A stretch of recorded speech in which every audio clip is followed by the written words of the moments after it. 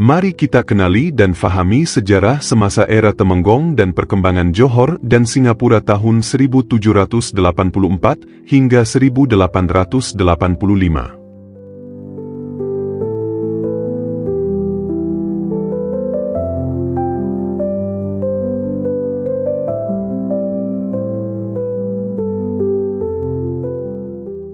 Bismillahirrahmanirrahim. Bersua lagi dalam membongkar kisah sejarah, dan kali ini kami membawakan satu lagi topik menarik yaitu Temenggung dan perkembangan Johor, Singapura tahun 1784 hingga 1885. Episode pertama. Seperti apakah kisah ini? Mari sama-sama kita saksikan. Tiada sejarah negara yang didokumentasikan dengan baik namun begitu buruk difahami sebagai bekas jajahan. Ini benar terutamanya dalam kes Malaya. Apa yang biasanya berlalu sebagai sejarahnya biasanya bermula dengan perbincangan mengenai perdagangan negara antara India dan Cina. Semenanjung tanah Melayu dan Belanda sedang dalam perjalanan dan perlu diuruskan, jadi cerita itu berlaku. Oleh itu, ia merawat asas daripada Pulau Pinang pada tahun 1786 sebagai permulaan, kemudian dengan cepat bergerak ke asas Singapura dan mengikuti pertumbuhan penyelesaian itu, peningkatan perdagangan, dan penembusan secara beransur-ansur British pengaruh di negeri-negeri Melayu Semenanjung. Sepanjang matlamat, niat, dan pencapaian orang Eropah dianggap sebagai kepentingan utama. Perkhidmatan sejarah standard memberitahu banyak tentang apa yang orang Eropah cuba untuk melakukan.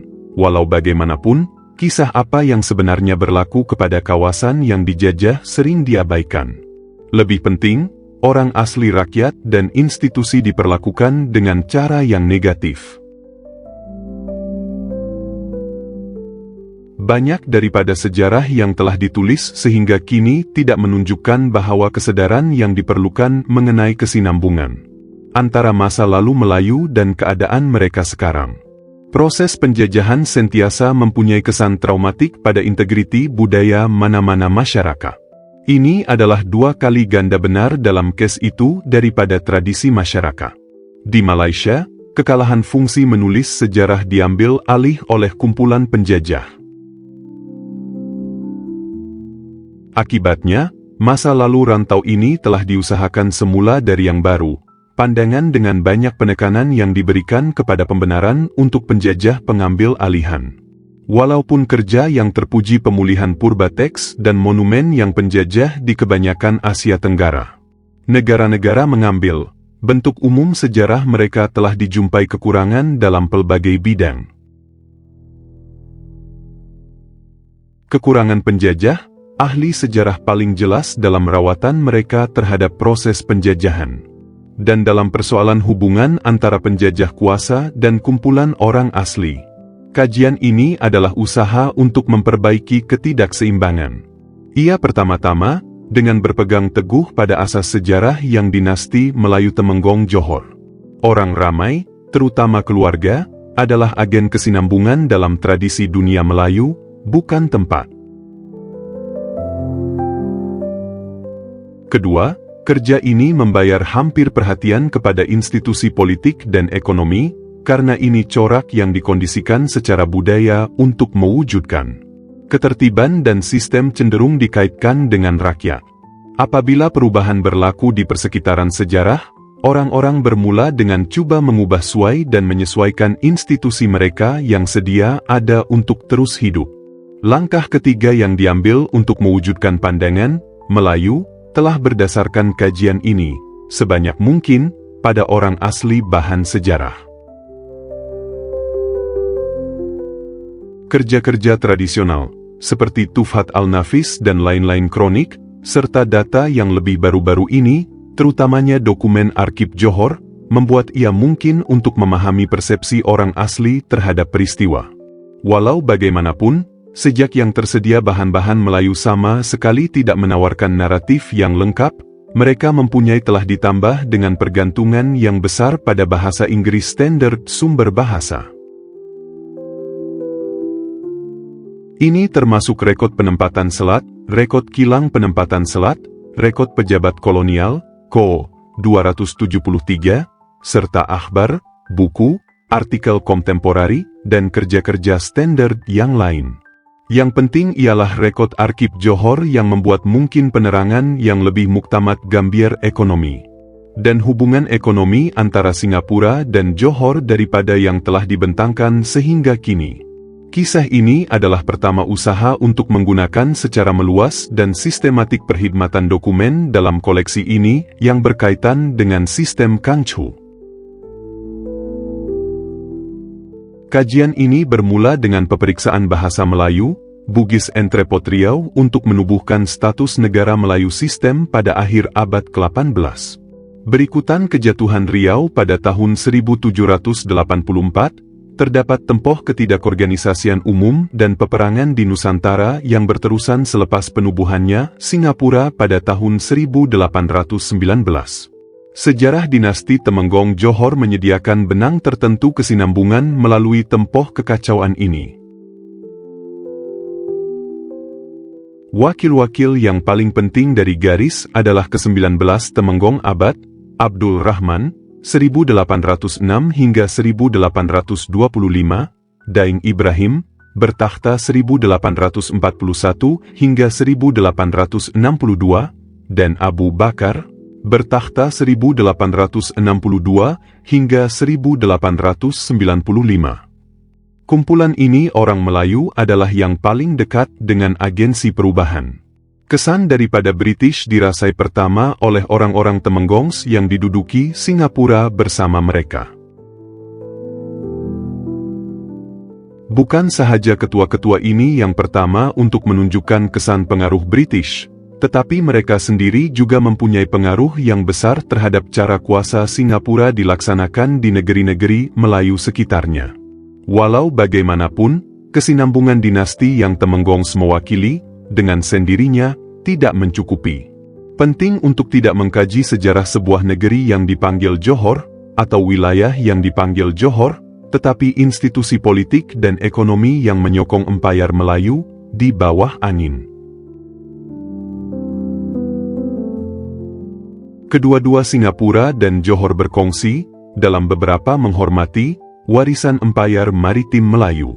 Oleh itu, apa yang penting di sini adalah sejarah hubungan antara Johor dan Singapura dan, akhirnya, dengan seluruh dunia. Temenggong Abdul Rahman adalah seorang tuan laut, seperti kebanyakan ketua-ketua Melayu utama pada zamannya. Sebelum penubuhan Singapura, beliau tinggal di Riau dan Bulang dan nampaknya berfungsi sebagai pegawai Riek Entrepot di bawah penguasa Bugis. Riau adalah sebahagian kerajaan Johor, negara maritim yang telah memerintah sebahagian besar dunia Melayu sejak 1512. Abdul Rahman Domain telah digayakan perentah dalam satu sumber Melayu, ia tidak benar-benar sebuah negeri, atau negeri, tetapi sebahagian daripada unit politik yang lebih besar yang pada masa itu sangat berpecah belah. Pada masa itu terdapat kira-kira 5 atau 6 kumpulan-kumpulan tersebut. Perentah Abdul Rahman terdiri daripada cincin kepulauan di bahagian barat laut Kepulauan Riau dan termasuk Singapura dan sebahagian dari garis pantai Johor. Di sana kira-kira 10 pulau suku orang laut yang tinggal di sini yang berhutang setia kepada Temenggong. Mereka berjumlah hampir 10.000. Sebenarnya, tiada negeri di kawasan yang kini dipanggil Johor. Pada kali ini, Johor hanya merujuk kepada kawasan geografi yang tidak jelas, banyak daripada itu insular. Tiada apa-apa yang penting di atas tanah di sebarang kes. Kerajaan Temenggong sebenarnya adalah orang laut. Fenomena Lanun rompak menunjukkan sifat pelik kerajaan Johor purba. Ia pada dasarnya adalah negara maritim. Kebimbangan politik dan ekonomi utama penguasa adalah laut orang-orang Kepulauan Riau Lingga dan perdagangan antara bangsa laluan yang melalui Selat Melaka. Negeri berpusat pada entrepot perdagangan. Ini adalah intipati klasik negeri Melayu. Riau Entrepot 1784 adalah Tetapi yang terakhir dalam penggantian pusat, bandar, yang serupa yang sejarahnya bermula ke Srivijaya pada abad ke-7. Sistem negara ini lebih atau kurang ditentukan oleh apa yang mungkin istilah reality, ekologi. Sehingga baru-baru ini, wilayah Melayu dunia hanya menawarkan pelbagai kemungkinan yang terhad kepada manusia usaha. Walaupun kawasan itu telah didiami sejak subuh masa, pada tahun 1800 ia kekal sebagai salah satu kawasan yang paling jarang penduduknya di bumi. Di utama, terdapat hutan dan laut. Diberi teknologi tradisional, kehidupan manusia boleh mengekalkan dirinya hanya dalam kecil niches tersebar di seluruh padang pasir hutan dan air ini. Ini habitat adalah pulau-pulau, pantai, dan tepi sungai. Walaupun dibersihkan dari hutan, tanah itu hanya boleh menyokong kecil kumpulan orang yang tinggal dalam pengasingan relatif. Overland komunikasi sukar jika tidak mustahil. Permusuhan ini persekitaran menghalang penubuhan kepekatan padat pertanian. Dan dengan itu menentang pertumbuhan mana-mana jenis unit politik yang kuat di atas tanah. Geografi lakukan, walau bagaimanapun, menawarkan satu kelebihan positif kepada maritim mahir orang-orang di pantai dan pulau-pulau. Laluan perdagangan antara bangsa antara Cina dan Barat terpaksa melalui penapis seperti rangkaian pulau, shoals, dan saluran yang membentuk kepulauan Rierlingga. Begitu juga, corak bermusim monsun menjadikan tanah di bawah angin ini sebagai perhentian semula jadi tempat. Berikutan perkembangan perdagangan jarak jauh timur barat datang penciptaan unit politik di rantau ini. Entrepot ini negara dapat menumpukan populasi yang agak besar di satu tempat karena perdagangan yang membekalkan kekayaan kepada pemerintah dan makanan untuk subjeknya.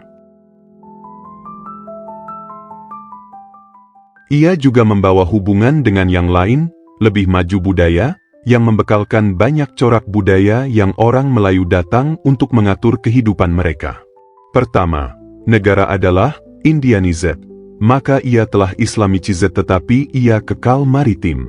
Empayar maritim adalah berdasarkan bandar perdagangan, biasanya terletak di, atau dikawal dari, Kepulauan Rierlingga. Perkhidmatan empayar diperintah oleh seorang sultan yang menjalankan kuasa melalui pengumpulan pegawai atau ketua. Di tengah-tengah adalah ketua lautan, yang ketua-ketua yang menjalankan kawalan langsung ke atas orang laut dan siapa mengawal perdagangan antara bangsa dan tempatan. Kumpulan ini sebenarnya biasanya menguasai pejabat kesultanan juga. Biasanya, ketua-ketua ini nampaknya telah dikaitkan secara wilayah dengan selatan Johor atau kawasan pulau, tetapi ini tidak selalu berlaku mana-mana ketua yang boleh mengumpul berikut orang laut kira-kira dia boleh menawarkan bahagian kuasa di pusat. Tahap kedua ketua memegang kuasa di pinggir. Mereka mengawal negeri sungai dan menarik kekayaan mereka dari perdagangan melalui sungai-sungai mereka. Pada masa-masa apabila Riau, Johor Entrepot yang berjaya dan berpengaruh, mereka cenderung untuk bergantung kepada ia.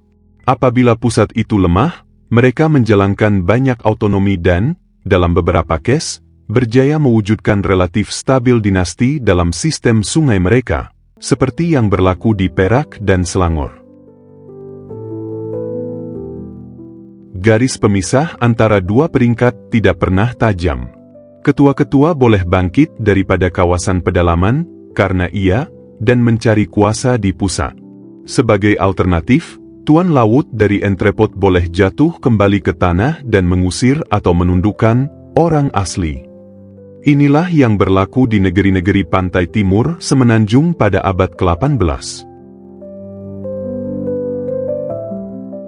Terdapat banyak pergerakan antara kedua-dua peringkat, bergantung sebahagian besarnya kepada kekuatan relatif Entrepot pada bila-bila masa. Akibatnya, berterusan perkahwinan campuran, pakatan, dan peperangan di kalangan bangsawan Melayu. Walaupun kecenderungan para sarjana untuk memperlakukan kelas Raja Melayu sebagai kumpulan tunggal, untuk membezakan mereka dari orang biasa, yang perbezaan antara tuan laut dan tuan tanah adalah penting. Dilihat dari entrepot, kerajaan sungai Semenanjung dan Sumatera adalah kepentingan sekunder. Kawasan-kawasan ini bahan mentah yang dibekalkan untuk rangkaian perdagangan antara bangsa dan boleh menjadi menyusahkan jika dibenarkan terlalu banyak kemerdekaan. Empayar perdagangan Melayu jarang berdasarkan negeri-negeri sungai. Kuasa dalam konteks ini sentiasa kuasa laut. Oleh itu politik tradisional. Sistem menekankan kawalan majoriti orang laut dan pengurusan perdagangan. Sekiranya penguasa entrepot berjaya dalam kedua-dua objektif dasar ini, maka kawalan tanah terpencil masalah yang agak rumit, yaitu masalah politik dan kuasa ekonomi tertumpu di pusat. Negeri maritim Melayu tradisional sentiasa rapuh entiti. Garis kawalan adalah laluan laut dan kuasanya adalah dikeluarkan dari pulau ke pulau dan dari satu mulut sungai ke satu lagi. Ia diadakan bersama-sama, seperti Profesor O. Y. Walters telah secara umum, terutamanya oleh kekayaan dan standar yang tinggi, hidup yang mungkin hanya di ibu negara. Empayar-empayar itu sangat terdedah kepada perubahan yang mempengaruhi antara bangsa perdagangan, tidak kira berapa jam. Kejatuhan dinasti di Cina atau Perang Napoleon di Eropa, boleh dan memang serius kesan di dunia Melayu. Sebarang penurunan pendapatan perdagangan ini telah menjejaskan bekalan makanan di negara ini, karena bandar-bandar entrepot sentiasa diimport dari Siam dan Jawa. Dalam tempo penurunan seperti itu, orang laut terpaksa menguruskan menjadi lanun, dan huru-hara akan memerintah semula. Realiti dunia itu, bagaimanapun, tidak banyak berubah ketika British menubuhkan Singapura pada tahun 1819. Empayar baru dicipta oleh Raffles pada mulanya dibentuk dalam image sebelumnya negeri maritim. Ini, sebenarnya, mungkin salah satu sebab ia adalah begitu berjaya. Walaupun ia akan menjadi mudah untuk mengatakan bahwa ini adalah contoh, meletakkan wine baru dalam botol lama, ia kelihatan bahwa sejarah awal pelabuhan kira-kira selari dengan Melaka dan Srivijaya. Ketiga-tiga negeri mempunyai corak pertumbuhan yang meletup dan berhutang banyak kepada mobility ciri-ciri orang maritim. Dari sudut pandangan Melayu, asas Singapura adalah dilihat sebagai usaha untuk menyusun semula empayar berdasarkan tradisi corak. Temenggong berusaha untuk menjadikan dirinya sebagai ketua sebuah empayar yang diperbaharui dengan kerjasama Inggris. Ini tidak selaras dengan matlamat British, dan konflik yang berlaku seterusnya membawa kepada penyusunan semula pada tahun 1824 memihak kepada Syarikat India Timur. Perkhidmatan Temenggong telah dirampas dan kehilangan semua kuasa undang-undang. Dia walau bagaimanapun, perjanjian ini mengabaikan politik dan realiti ekonomi keadaan, dan pada tahun 1835, ia menjadi jelas bahwa beberapa penyesuaian diperlukan. Khususnya, bahasa Inggris melihat masalah pembajakan sebagai yang paling sukar ditangani. Oleh itu, tempat tinggal baru telah dicapai dengan Ibrahim. Pengganti Temenggong dengan siapa Raffles dan Crawford, mereka telah menandatangani perjanjian. Dia menjadi penindas lanun rasmi koloni.